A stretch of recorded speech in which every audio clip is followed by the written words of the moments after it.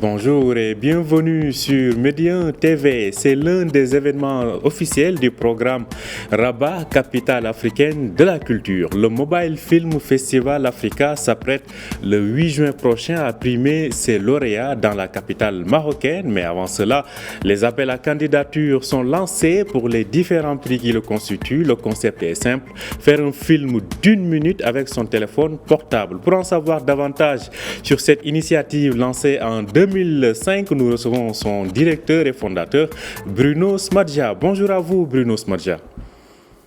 Bonjour. Alors, tout d'abord, vous venez de lancer les appels à candidature pour les personnes qui sont intéressées à participer à ce festival. Je le disais, c'est un festival particulier, 1 minute, un film avec son téléphone portable. Alors, expliquez-nous davantage de quoi est-ce qu'il s'agit. C'est un festival qui a vocation à découvrir des talents. Et pour ça, on a choisi de retirer toutes les contraintes économiques et d'utiliser ce qu'on a tous dans nos poches, c'est-à-dire cet simple appareil que tout le monde a, un smartphone, un mobile, parce qu'on est né avant le smartphone, et de proposer à de jeunes réalisatrices et de jeunes réalisateurs de pouvoir raconter leur histoire. Mais comme on a tous un smartphone, mais on n'est pas tous des réalisateurs, l'idée c'est de mettre une contrainte narrative très forte, et c'est pour ça que nous avons choisi un format d'1 minute. Et en mélangeant les deux, cela nous permet d'aller à la découverte de ces jeunes talents et d'essayer de les accompagner avec des bourses qu'on a mis en place aussi.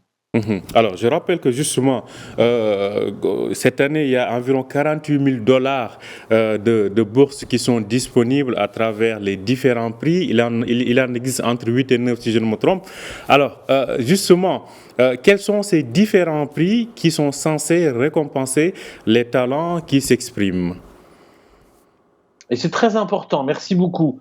C'est des prix qui vont aider à produire un nouveau film avec des moyens professionnels. En particulier, on a un Grand Prix Africa qui est accompagné d'une bourse de 10 000 dollars. Et puis, on a créé, pour remercier aussi le Maroc et la ville de Rabat de nous accueillir, un Grand Prix Maroc qui lui-même est dédié de 10 000 dollars aussi. Et puis ensuite, on a un prix du meilleur scénario, on a un prix de la réalisatrice africaine, on a un prix du meilleur film francophone, on a un prix du meilleur documentaire.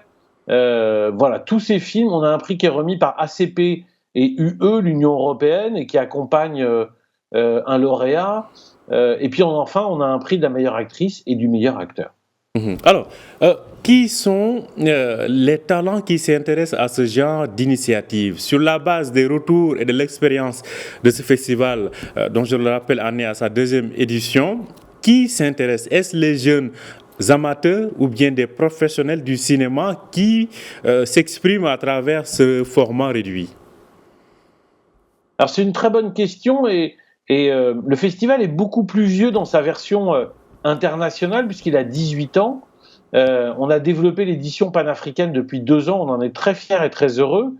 Et notre expérience nous a montré qu'on s'adressait à la fois à des étudiants en école de cinéma, en école d'art, mais on s'adressait aussi à des autodidactes qui peuvent être sur YouTube, sur TikTok, sur toutes ces plateformes, et qui peuvent avoir le désir de devenir des réalisateurs. Et puis enfin des jeunes professionnels qui ont terminé leur formation, qui ont commencé leur métier, qui sont peut-être réalisateurs chez vous ou dans une agence de publicité ou qui sont monteurs ou autre chose.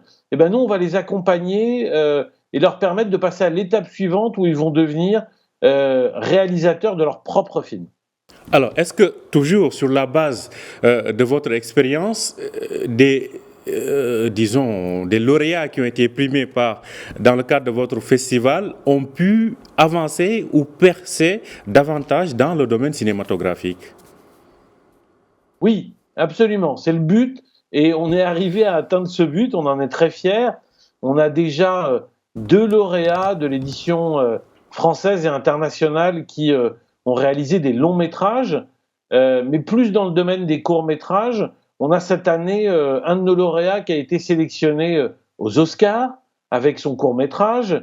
un jeune Indonésien qui avait gagné l'édition en 2018 et dont le court-métrage qui a été produit grâce à la bourse qu'il avait gagnée a pu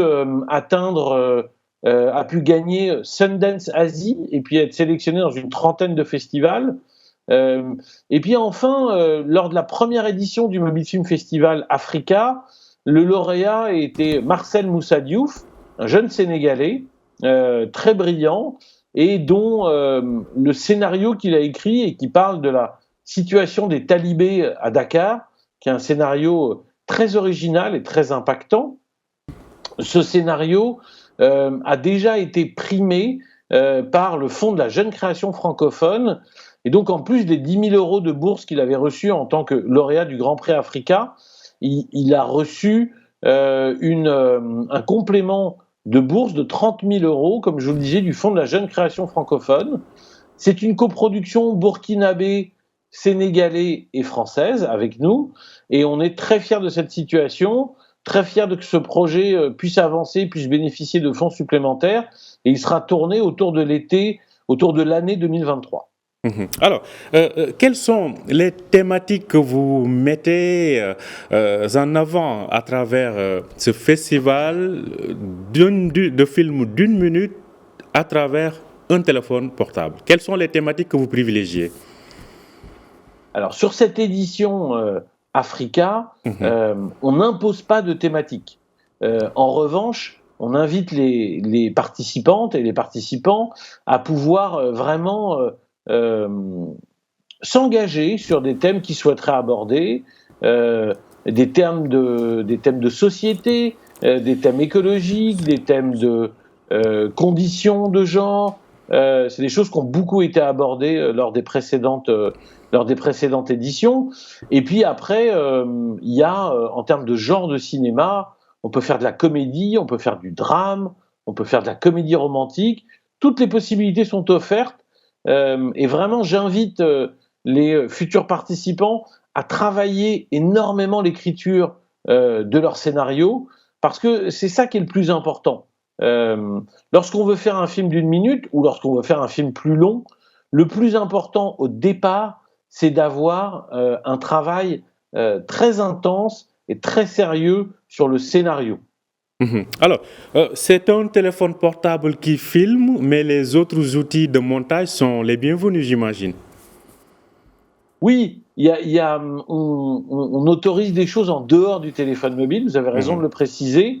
À la fois la prise de son, qui est importante, les micros des téléphones mobiles ne sont pas toujours de grande qualité, en tout cas pour filmer à une certaine distance les personnes, les acteurs et les actrices.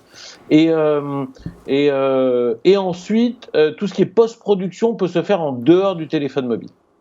Donc, tout ce qui est post-production peut faire appel aux autres moyens techniques existants. Alors, on va parler de l'impact de ce festival ou bien de la manière dont il bénéficie de ce phénomène des TikTokers, entre autres, et d'influenceurs.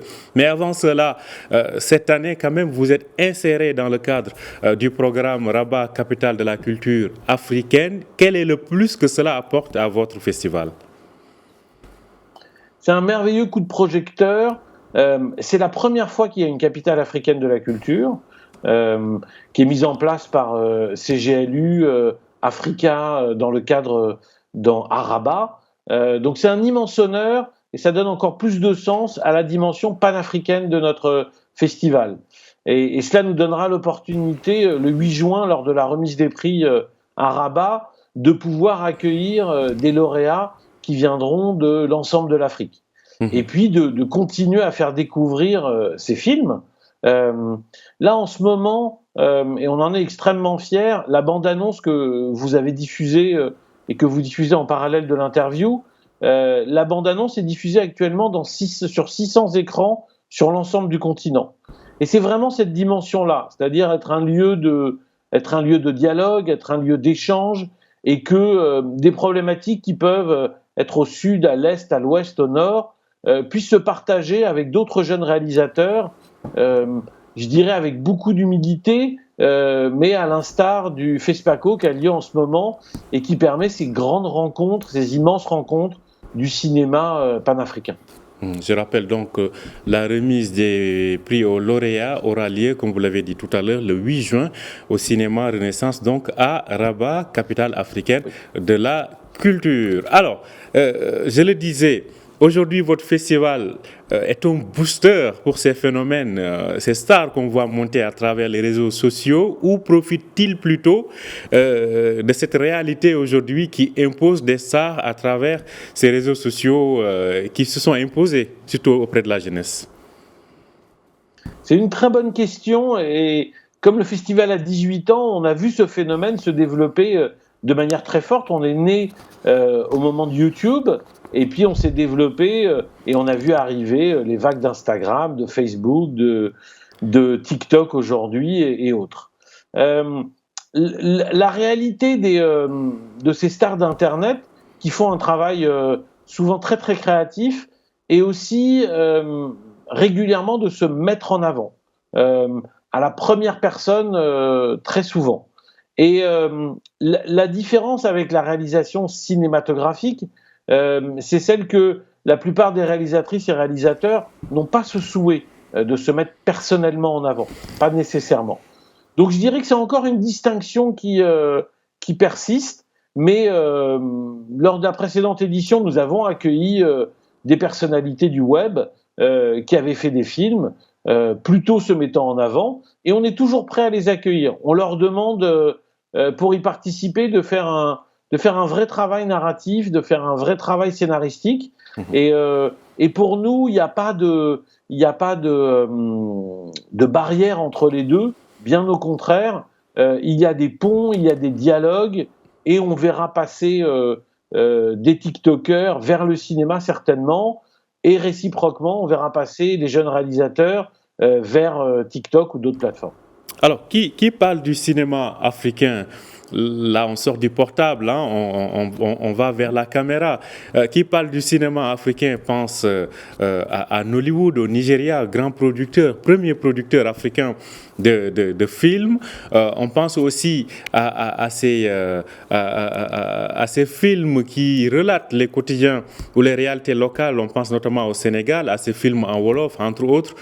Vous, en tant qu'acteur cinématographique, comment voyez-vous l'émergence de cette industrie du cinéma sur le continent? C'est une émergence qui est extraordinaire et c'est un moment historique, je pense, pour l'Afrique, parce qu'il y a la rencontre entre des investissements importants en termes d'ouverture de salles qui se développent de plus en plus.